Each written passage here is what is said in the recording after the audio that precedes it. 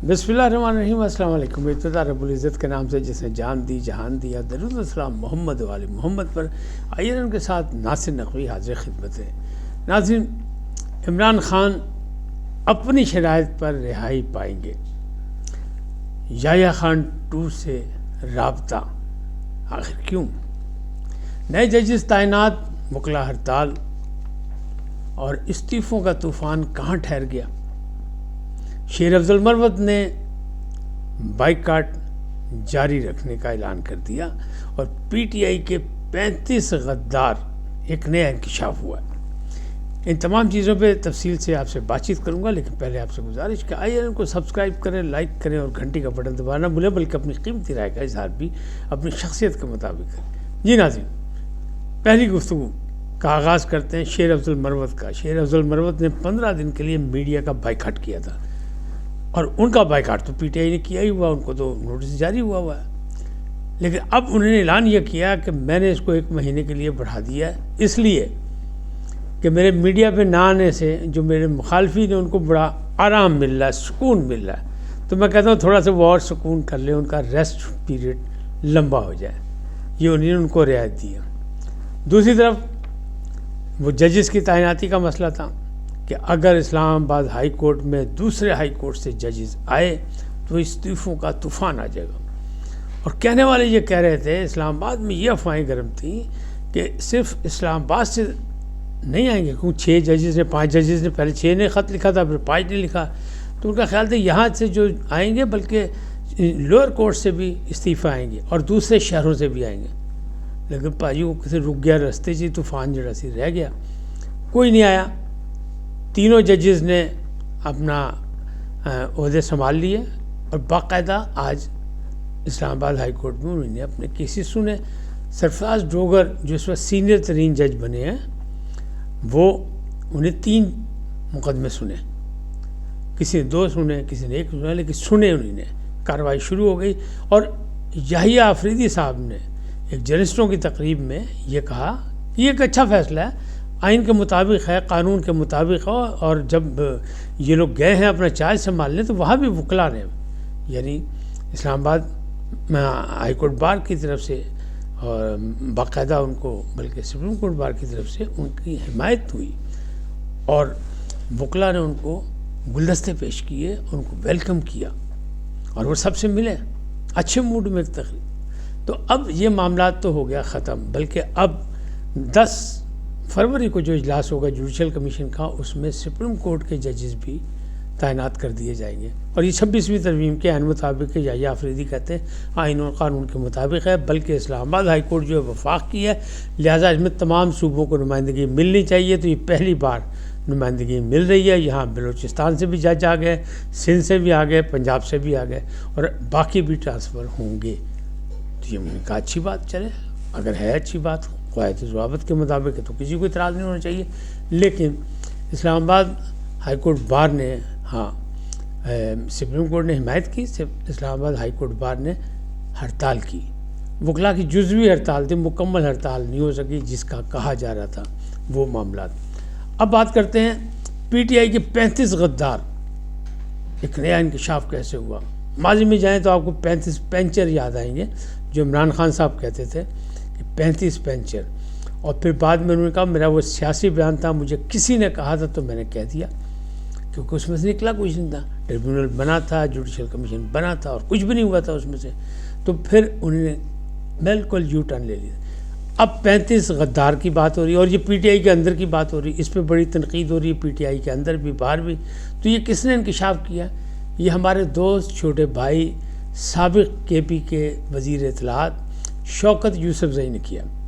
وہ بنیادی طور پہ جرنلسٹ ہیں، لہٰذا ہم لوگ پیٹی بھائی ہیں، اور ویسے بھی ہمارے چھوٹے بھائیوں کی طرح وہ، انہوں نے یہ انکشاف کیا کہ جناب الیکشن میں 35 M N A MPs, یہ نہیں انہوں نے بتایا کہ کتنے ایم پی اے کتنے ایم این ایز، انہوں نے کہا ان سے باقاعدہ حلف نامے لیے گئے ایڈوانس، پھر ان کو جیتنے کی سند دی گئی، اور پھر دعویٰ انہوں نے کیا کہ مجھے بھی کہا گیا تھا، میں نے انکار کر دیا، میں نے حلف نامہ دینے سے انکار کر دیا۔ مقصد یہی تھا کہ حلف نامہ دو کہ جدھر سے کہیں گے ادھر چلو گے، جو ہم کہیں گے وہ آپ کریں گے، تو پھر تو آپ جیتے ورنہ آپ ہارے۔ یہ انہوں نے انکشاف کیا۔ اس کا کیا مطلب ہے؟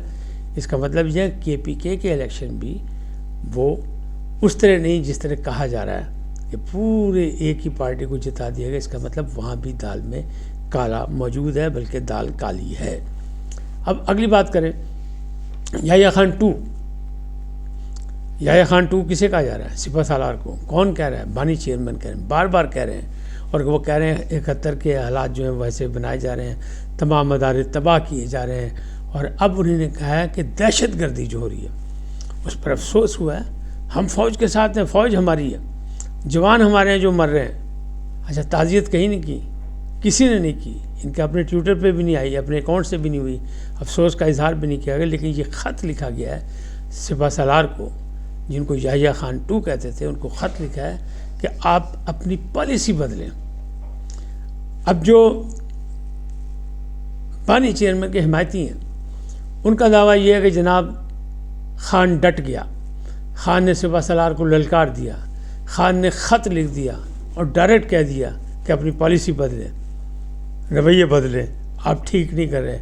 جب تک فوج کے پیچھے قوم نہیں ہوگی اس وقت تک دہشت گردی کا خاتمہ نہیں ہو سکتا.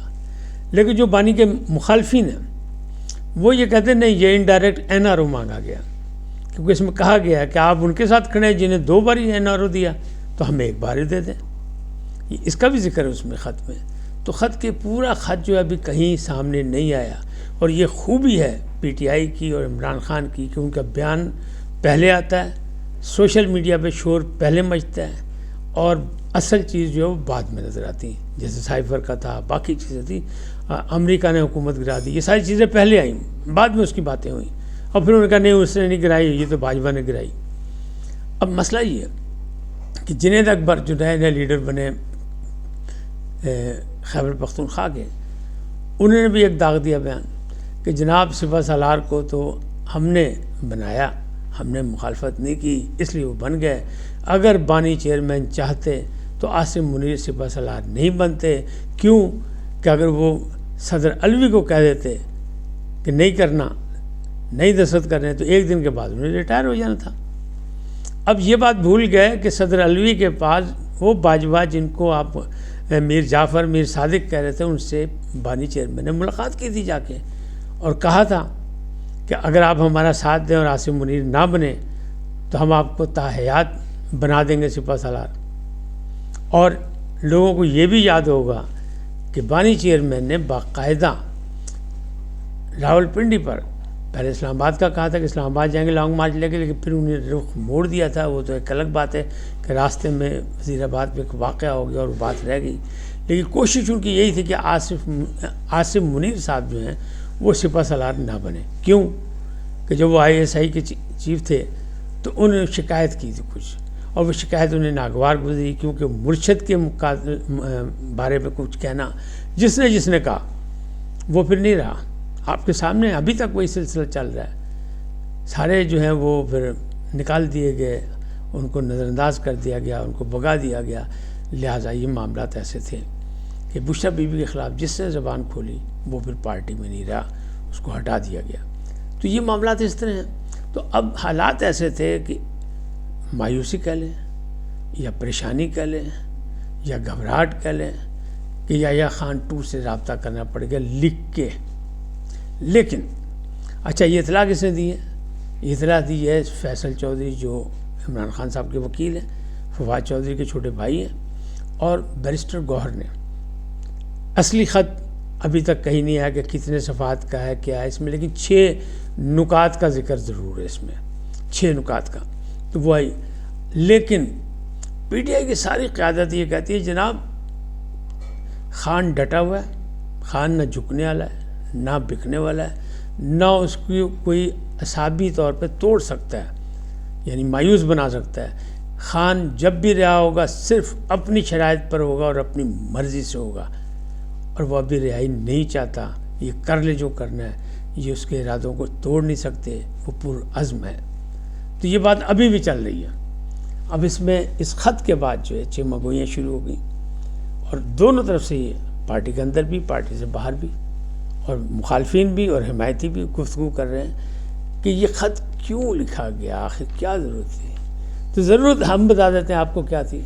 ضرورت مطلب یہی ہے کہ انہوں نے یہ خط لکھا ہے، بیرسٹر صاحب نے کہا اور فیصل چودھری نے کہا کہ خط انہوں نے سابق وزیر اعظم کی حیثیت سے لکھا ہے اور ایک مقبول جماعت کے چیئرمین کی حیثیت سے لکھا ہے، بانی چیئرمین کی حیثیت سے، کہ میں مقبول لیڈر ہوں، میری جماعت بڑی مقبول ہے اور میں سابق وزیر اعظم ہوں، میرے ساتھ ناانصافی ہو رہی ہے، لہٰذا اس کا ازالہ کریں، اپنی پالیسی بدلیں۔ تو مخالفین یہ کہتے ہیں، وہ یہ کہہ رہے ہیں انہوں چھڈو جنہیں 2 بار این آر او دے چکے ہو، سانو ایک بار دے کے دکھاؤ، اسی طرح نہ ہاں۔ اس وقت تک اتنے پھر ملیں گے نئے موضوع کے ساتھ۔ جاتے جاتے آپ سے درخواست، آئیے ان کو سبسکرائب کریں، لائک کریں، گھنٹی کا بٹن دبانا نہ بھولیں اور اپنی قیمتی رائے کا اظہار اپنی شخصیت کے مطابق کریں۔ سدا سلامت رہیں، اللہ نگہبان۔